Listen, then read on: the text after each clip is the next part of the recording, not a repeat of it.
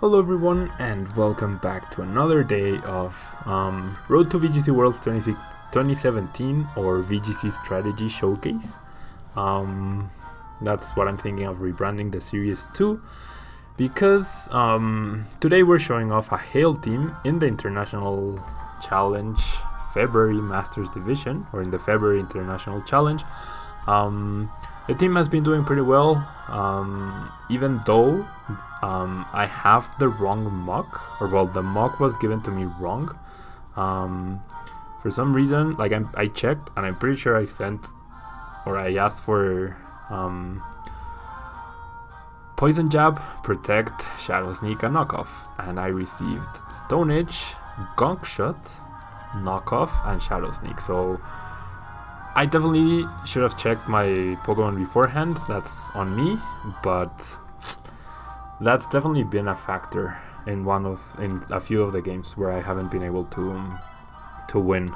Wow, 1485. So if we win this battle, we'll get like 5 points, and if we lose, we are going to lose so many points. Oops. But yeah, you can also notice that my Gyarados doesn't have an item, and that's on me. That's definitely on me. I forgot to place the Waterium Z on the Gyarados. That's my bad. Now this is really rough though. Really rough. I do like Goodra, but then Marowak is a really big issue. I think I really need Muk here, despite having the wrong moveset. And either Goodra or Gyarados. I feel like Goodra might be a little bit better, but setting up the Aurora Veil off of Sandslash is definitely a priority here. It's definitely a priority. Now Cloyster, if it's the Shell Smash version, it shouldn't outspeed my... Oh wow, if it's Jolly, it actually could outspeed, because it's base 70 speed. Crap. Okay, so my opponent leads Tapu Koko and Marowak though, so that's cool. That's definitely okay by me. And that actually changes my strategy a little bit. Choice specs, Tapu Koko would definitely be a big issue here. But I feel like Marowak is a lot scarier to my team, because Goodra wolves Tapu Koko pretty well, and Muk deals with it. Well, Muk deals with Marowak too. But can a Sea Earthquake? Yeah, Sea Earthquake should take care of either of my opponent's Pokemon. And the one that threatens Sandslash is Marowak. And I'm gonna, based on my opponent's rating, I'm gonna make the guess that he's not going to protect or switch out the Marowak. And yep, that's correct. So even if it has a Focus Sash, for whatever reason, my Vanilluxe should be faster and should survive whatever Tapu Koko does. So too bad that we face off against a 1485 opponent to start of the day, but that's okay. The original team that I'm using had a Focus Sash Sandslash with Rock Slide instead of Earthquake. But I've personally found Earthquake to be, the Sea Earth move to be super useful. Sandslash gets paralyzed, so we no longer have the speed advantage. Tapu Koko is life orbed, and the choice specs Blizzard does end up in fact KOing Tapu Koko. So we get 2 KOs right off the bat. Garchomp is an issue though. Garchomp is definitely an issue at this point in time. But we see a Cloyster switch in and a Mimikyu. So Mimikyu shouldn't threaten Sandslash too much. And I think I'm gonna try to set up the Aurora Veil here. Cloyster is really scary though. Wow, Cloyster is actually really scary here. I mean, the Aurora Veil negates the boosts it will get. But a powered up Cloyster? Oh wow, and he... Wow, that's super greedy by my opponent. Super greedy, but it might actually end up working out for him. Thankfully the Aurora Veil will negate the boosts that my opponent will get. Vanilluxe is faster than Cloyster. Too bad that Sandslash is paralyzed. We break the disguise, and Cloyster just goes for the Rock Blast. First attack critical hit. Without that crit, Vanilluxe would have survived that. Without that critical hit, Vanilluxe would have actually survived that. So now it's down to Muk, honestly. Muk really needs to come through for us. Goodra doesn't really do too much. The Ice Shard would be very problematic.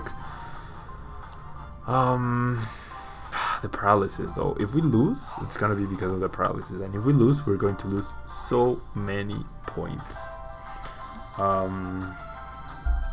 Okay. Cloyster didn't power up. So I did get the Aurora Veil off, right? Yeah. So I'm gonna protect the Sandslash because I feel like Mimikyu is going to target the Sandslash. Actually, I should double up on the Mimikyu, actually, because that's the real threat here. Mimikyu is a threat. But I'm gonna have to risk the Gunk Shot. Maybe I can go for a knockoff plus Shadow Sneak. Maybe that's better. If I had Poison Jab, I would 100% go for the Poison Jab, but I don't. We see a C move off of Mimikyu. Is this Twinkle Tackle? Is this Twinkle Tackle? It's Twinkle Tackle. Okay. Due to Aurora Veil, Muk should survive this. Muk seriously should survive this. Oh wow, that did absolutely nothing. Sandslash gets fully paralyzed as expected. The Rock Blast won't even be enough to KO the Sandslash. Yeah, the paralysis really sucks. Okay, hopefully the combination of knockoff plus Shadow Sneak will be enough to KO the Mimikyu. It won't be. But yeah, after seeing that Twinkle Tackle damage, like, we are good here. All we need to do is just knock off once again and Iron Head, and we should have the game. So we are good. We are good. So yeah, this team, I really enjoyed looking through the QR rental teams and looking like what's doing well and things like that. And this team really caught my eye because it was rated at the 1900s, used by a Japanese player. And it didn't feature any Tapus or Ultra Beasts. So I really enjoy using that. Like to not use the super overpowered Pokemon and still win. It's like an extra challenge added, which I enjoy. And we've been doing pretty well. We've generally been doing pretty well. Mimikyu goes down, our berry activates, and now we have if Alolan Sandslash, I can't speak English today apparently. If Alolan Sandslash was faster paralyzed against the Cloyster, there's a chance Goodra will be faster than Cloyster, and because we do have the Aurora Veil, even like the ice type attack shouldn't be enough to KO Goodra. Definitely shouldn't be enough. He does have an Ice Shard, so it's not even the skill linked attack. That does a ton of damage though, so maybe the skill linked attack, maybe if he hit a crit, that might have been an issue. But the Thunderbolt finishes off Cloyster, and we get our 5 or 6 points. So our record so far is 22 wins, 4 losses, which I think is pretty good. But some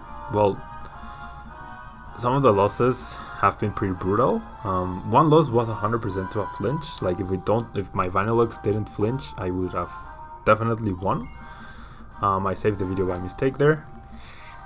But yeah, a flinch cost me, oh wow, it's actually 23-4. Might be 22-5 though. Might have been 5 losses. I'm not entirely sure, but somewhere around that. I don't know why it doesn't show you the number of wins and losses anymore. But we've done 27 battles. We could still do potentially 18 more.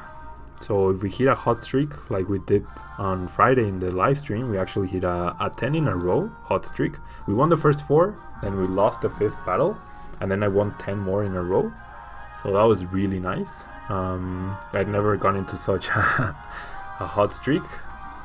And yeah, I mean, it's cool that despite having the wrong Pokemon, I'm still able to do well. And hopefully I can keep it up. I'd also like to ladder like in the regular battle spot and try to put myself in the top 5 of Mexico. That would be pretty cool. And okay, so Torkoal is a big issue for us. Torkoal is definitely a big issue for us. Because I don't have too many good switch-ins to that. The Aerodactyl is also an issue, but I feel like starting Goodra with Arcanine here seems pretty good.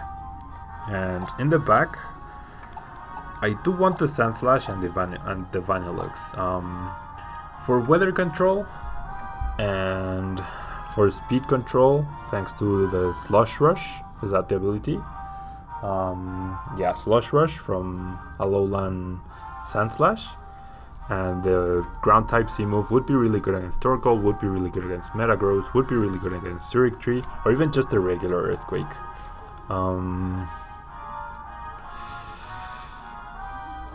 Yeah, I feel okay here. And basically I lead with those two because super powered eruptions are really, really bad for us to deal with. After you eruption in the sun, even though I have an Assault Vest and Resist with both of my Pokemon, it still does a lot of damage. And I'm also immune to Sleep Powder with Goodra, thanks to Sap Zipper, so that's pretty good. And I get Extreme Speed to lower the damage output of Torkoal. I am expecting my opponent to lead the Lilligant Torkoal, but no, it's actually Zurich Tree. It's actually Zurich Tree. Aerodactyl. So Zurich Tree is really scary here. It's actually really scary. There's two things my opponent can do here. He can Tailwind Protect, he can Tailwind Tail Glow with Zurich Tree, and because of that, I mean, I need to take down Aerodactyl, that's all I know. And since I do have Goodra, I feel pretty okay in my Zurich Tree matchup, even if he does Tail Glow. So I think I definitely need to go on the offensive here. And therefore, I'm gonna switch out Arcanine for a Vanilluxe, so that my Blizzard is guaranteed to not miss against either Pokemon. But in a few battles earlier today, off screen, I managed to miss Gong Shot off of Muk 3 times in a row. And then I hit 2 double Blizzards in the sand in a row, so that was pretty weird. Zurich Tree does Protect, which I prefer. He does go for Tailwind, which is understandable. But yeah, this Blizzard should KO the Aerodactyl, I think. Even if it has a Focus Sash, the Hail will do. Wow, I actually don't. Yikes. That was a really poor Blizzard then. Was actually a really poor Blizzard. But I think I can bring in Arcanine once again, intimidate Aerodactyl, and as long as he doesn't, I could also bring in, what's Zurich Tree base speed 83, so we seem timid, because Aerodactyl goes for a Rock Slide 100%. No, but I still, yeah. Basically, if I don't flinch, whatever damage I do deal to Zurich Tree will be enough to put it in extreme speed range, even if he does go for the Tail Glow at this point. So as long as I don't get flinched, I should be good here. So 27% chance, I guess. Or my opponent can't do that.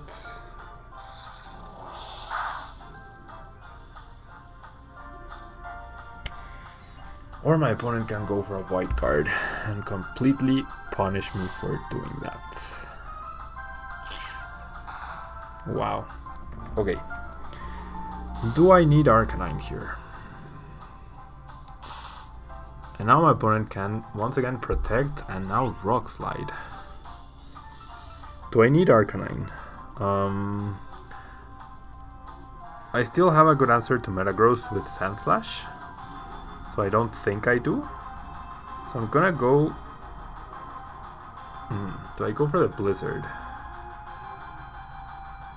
Yeah, I'm gonna go for the Blizzard once again, which seems odd. And I'm gonna go for the Extreme Speed onto the Circuitry. Yeah, my opponent doesn't white guard here, so that should secure the double KO, as long as I don't flinch. Please don't flinch. Please don't flinch. Dazzling Gleam, okay. Please don't flinch. Okay. That definitely didn't work out as I expected it to. Wow, Circuitry actually survives. But with the Hail, it will go down. So, if my opponent does have Torkoal in the back, I should be okay, I believe. In case he does have Torkoal, I definitely want to bring in Sandslash, because if I bring in Vanilluxe, his Sun would activate. And we actually see Metagross. Is it Torkoal or not Torkoal? No, it's Tapu Lele, okay. So Sandslash is actually in a really good position here. Really good position. And see, the thing is, Tapu Lele could have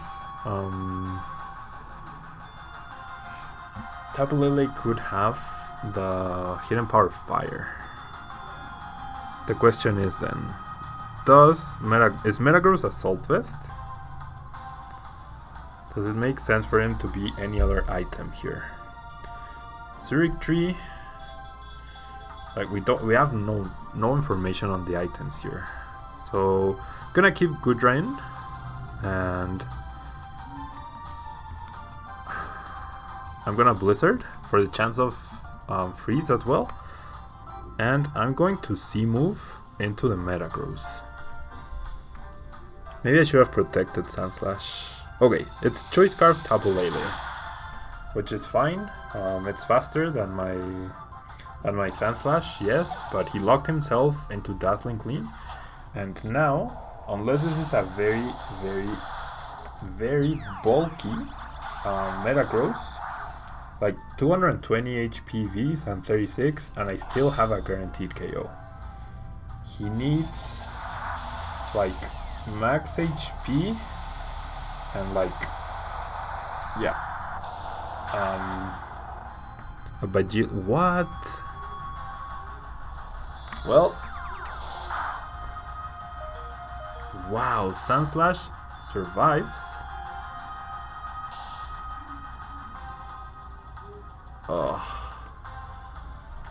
Oh, Tailwind, never mind. I forgot about the Tailwind. I completely forgot about the Tailwind. Okay, so then that was my bad. I should have protected. I definitely should have protected. Okay. So Sandslash should be faster, right? If Metagross has Bullet Punch and goes after Sandslash, crap. I think I lose. I should have. I forgot about Tailwind. Always check for that kind of thing. Always check for that kind of thing. I can't believe Metagross survived though. That's a super bulk, like a super bold even, or rather relaxed or something Metagross. I guess I'll Blizzard and protect Sandslash against a Bullet Punch, please. Nope. Ugh.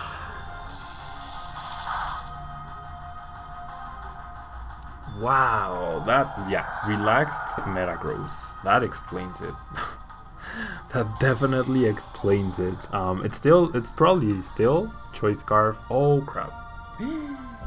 The Hail Lens. Oh.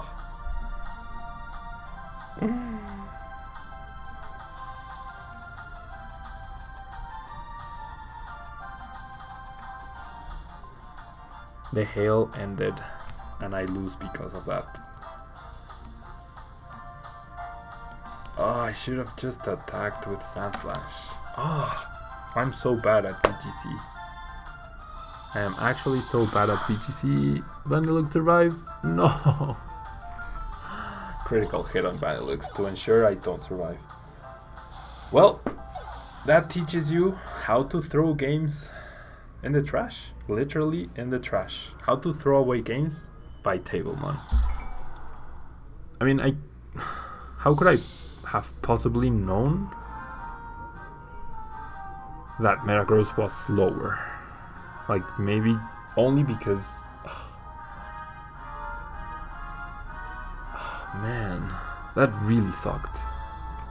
I should not have lost that match. I should have protected the turn I didn't protect, and I shouldn't have protected the turn I did protect. That was so bad. But anyways, guys, that's gonna be the end of the video. I'm really sorry about that terrible playing on my part. Terrible playing. And I will see you guys next week. If you want to see the rest of my international challenge games, definitely check them out in Spanish. You can turn down the volume, put on some music and watch them, but I'm gonna switch to Spanish now.